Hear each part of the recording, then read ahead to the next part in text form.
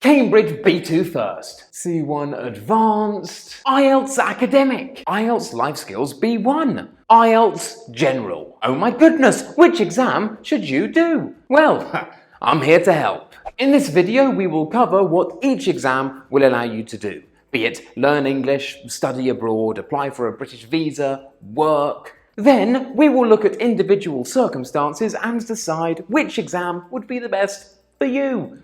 Wow, that is fantastic. My name is Toby, this is Smash English, and here is all of the advice that I can give to you about which is the best English exam to take.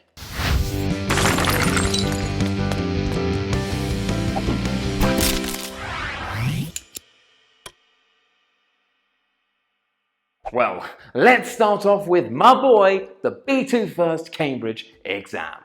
If you pass the B2 First exam, then you can feel comfortable that your English level will allow you to function comfortably in an English-speaking environment. You'll be able to go on holiday without worrying about what to say. You'll be able to make friends. Well, not if you're me, but if you're you with the B2 First exam, then that should be easy. You'll be able to work in most environments and you will be able to express your ideas in writing. But the B2 First Cambridge exam is not considered good enough for enrolment in an English-speaking university, and oh my gosh, I am so sorry. However, your B2 First certification will allow you to enroll in an English-speaking undergraduate course in a non-English-speaking country. Hey! For example, you have your B2 First certification and you want to study at the University of Oxford. I'm sorry, but you can't.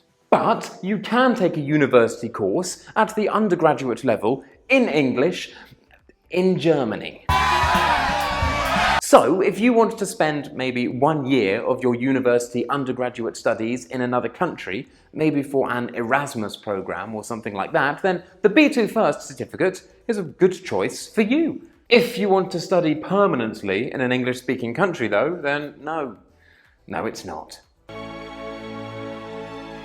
But don't worry, because if you love the Cambridge exams and want to study in an English-speaking country at a university, then you can take the C1 Advanced Cambridge exam. If you pass the C1 Advanced Cambridge exam, then you can deal with professional and informal situations in English fluently. And boy oh boy, that is great. Do you want to go to university in an English-speaking country? The C1 Advanced exam will allow you to do that. Do you want to take a postgraduate course in English? The C1 Advanced exam will allow you to do that too. Think of the C1 Advanced Cambridge exam as a key that will basically allow you to do anything you want to do, apart from become an English teacher. To do that, you need to get the CPE, the Cambridge Proficiency Certification, but trust me, you don't want that. You don't want to be an English teacher because I'm an English teacher and I want to die.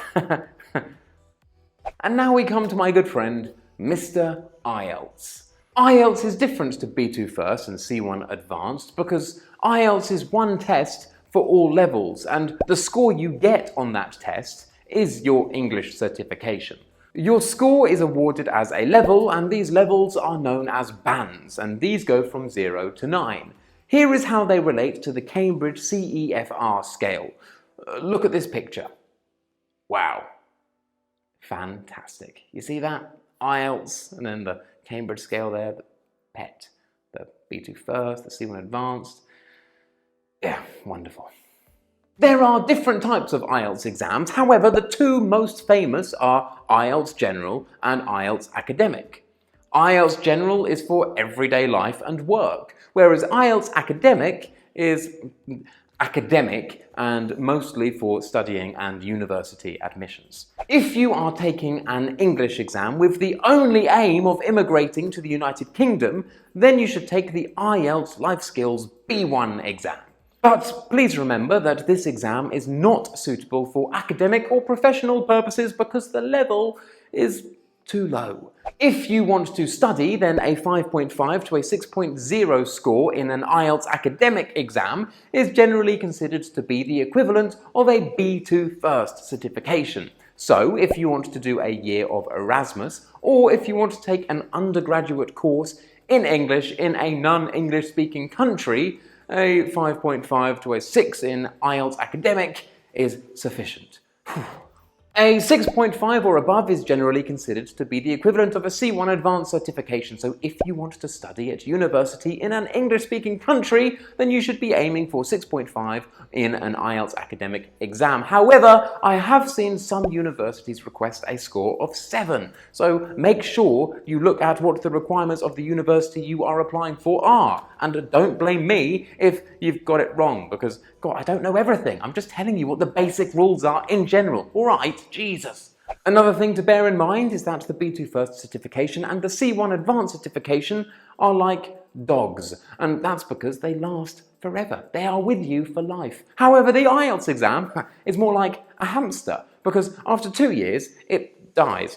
And this may sound terrible, but actually, it's not a big problem, and I will tell you why in a moment. So, now we have a general idea of what we can do with each exam, we should ask ourselves a very important question. Which exam should I take? Well, it depends. Let's imagine that you simply want to learn the English language. It's a personal challenge because, well, you love English. God, we all love English. If this is the case, I suggest preparing for and taking either the B2 First or the C1 Advanced Cambridge exam. This is because of the use of English section of the exam.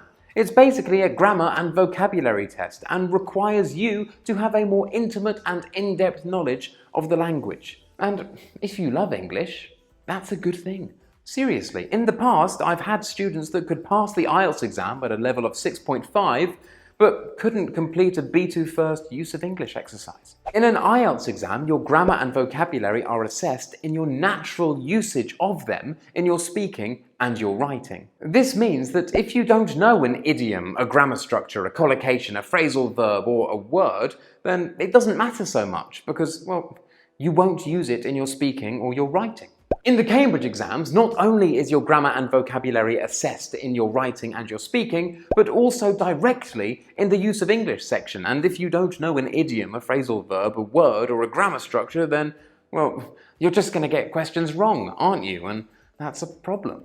As a result, working really hard to prepare for these exams really does enrich your English vocabulary and your knowledge of English grammar. And as I said before, if you love English, that's a great thing. Also, you'll have the qualification forever. It will never expire, so you can take the certificate and put it on your wall and kiss it every single night before you go to bed. Because if you love English, why wouldn't you do that? Go on, prove how much you love English. Do it. No, that's weird. Don't kiss anything that you don't want to kiss. What am I saying? Now, let's say you are limited in time. You want to apply to a university and you already speak pretty good English. The university requires either an IELTS level of 6.5 and above or a C1 advanced certification. What should you choose? In this situation, I would suggest IELTS Academic, and that is because if you already have pretty good English, IELTS preparation is mostly examination technique. For the reading part of the exam, you need to learn how to skim read a text to understand the gist or the general idea. You also need to know how to scan to find, isolate, and identify specific pieces of information quickly. In the listening part of the exam, you need to be able to isolate information and note down letters, names, and numbers at high speed. And that's not as easy as it sounds. Cambridge does not ask you to do that. These are skills that can be learned and are very useful for studying at a university. The C1 Advanced Cambridge exam, especially in the reading, has a different emphasis. Instead of asking you to pick out little bits of individual information, it requires you to understand the intent and the tone of the text. What is the author trying to say? What is the author emphasizing? It's more poetical and literary in a way, whereas IELTS is more academic and analytical. Furthermore, the IELTS Academic Writing exam is perfect for students at university. Part 1 of the writing exam will require you to describe a graph, a bar chart, a diagram, a process, or a map. And this is not easy to do, and you should learn how to do it. Many students that complete the C1 Advanced Cambridge exam will have trouble doing this. Many native English speakers have trouble doing this. It's nothing to be ashamed of, and preparing for the IELTS Academic exam really will help. In short, IELTS is more functional in an academic sense than Cambridge. IELTS will teach you how to convey meaning and also to isolate pieces of information in an analytical sense, whereas Cambridge has a whole section called Use of English, which will make you very, very good at passing the Use of English section, and it's not so useful to you as a student. The C1 Advanced Use of English section is also really, really difficult to prepare for quickly because there is so much that you need to know. So yeah, it's not a good idea trying to learn that stuff in a rush. And yes, I know your IELTS certification will expire after 2 years, but that's not a problem, and here's why.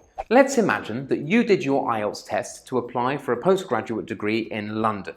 You got a 6.5 and 2 years later you have finished your postgraduate degree, but now you don't have your IELTS certification. Oh no, well, guess what? Your postgraduate degree in London is now your English speaking qualification. So don't worry about it. Everyone knows you can speak English. You've done great. Well done. Now, what if you want to move to another country and they give you the option of the Cambridge exams or the IELTS exams? Well, which Cambridge exam and which IELTS exam should you take? I personally would not bother with IELTS Academic, and this is because you would have to spend time learning how to analyse and describe graphs. And unless you plan on doing this professionally or at a university, it's a waste of your time, so don't spend your time doing it. Pointless. This leaves us with C1 Advanced, IELTS General and B2 First. C1 Advanced is advanced, and as I said before, it is the key to everything, and if you want to do anything and everything apart from becoming an English teacher, then C1 Advanced is the one for you. However, it is advanced. And in general, not always, but in general, employers don't require the C1 Advanced. The B2 First will be enough. My boy, the B2 First exam is a fantastic choice if you can take your time to enjoy learning the language and to treat learning English as a journey in and of itself. Like I said, there's a Use of English section, and this really does require you to understand the components of the language, how to form words, and how to structure sentences. So if you have time to leisurely learn the language, then please take the B2 First exam. But if you already have a pretty good grasp of English and you just want the qualification because you want to go to that country, then get IELTS General. This is because it will make your life slightly easier. In the writing exam, you just need to write an essay and a letter. So you don't have to waste your time learning how to write a report or a review or an article. It's not necessary. Also, there's no Use of English section. So yeah, there's that. Okay, so let us try to summarize. You want to go to a university in an English-speaking country. You already speak pretty good English and you do not have a lot of time to prepare. Well, that means that you should take IELTS Academic. Yeah. You want to spend a year at an undergraduate level studying in English in a non-English speaking country, perhaps for something like Erasmus. Well, B2 First. My advice with this is to get your B2 First certification before this is even a problem. Try and get it when you're 16, 17 or 18 before you even think, oh no, now I need this certification. God, B2 First is great. Try and get it as soon as possible because it's fun learning. Love it. Love it. You want to immigrate to the United Kingdom, Great Britain, the best country in the world. Try and get the IELTS Life Skills B1 if your level is low, or IELTS General if you are already comfortable with the language. And lastly, you love English, you love it so much, you want to learn it and enjoy the language. B2 First, C1 Advanced, and then you can get proficiency, become an English teacher, fall into a depression and think, what have I done? What have I done with my life? And with that, we are finished. Now you know every single thing you need to know about choosing the perfect English exam for your specific needs. If you liked the video, don't forget to smash that like button, subscribe if you haven't already, leave a comment down below. My name is Toby, and this was Smash English.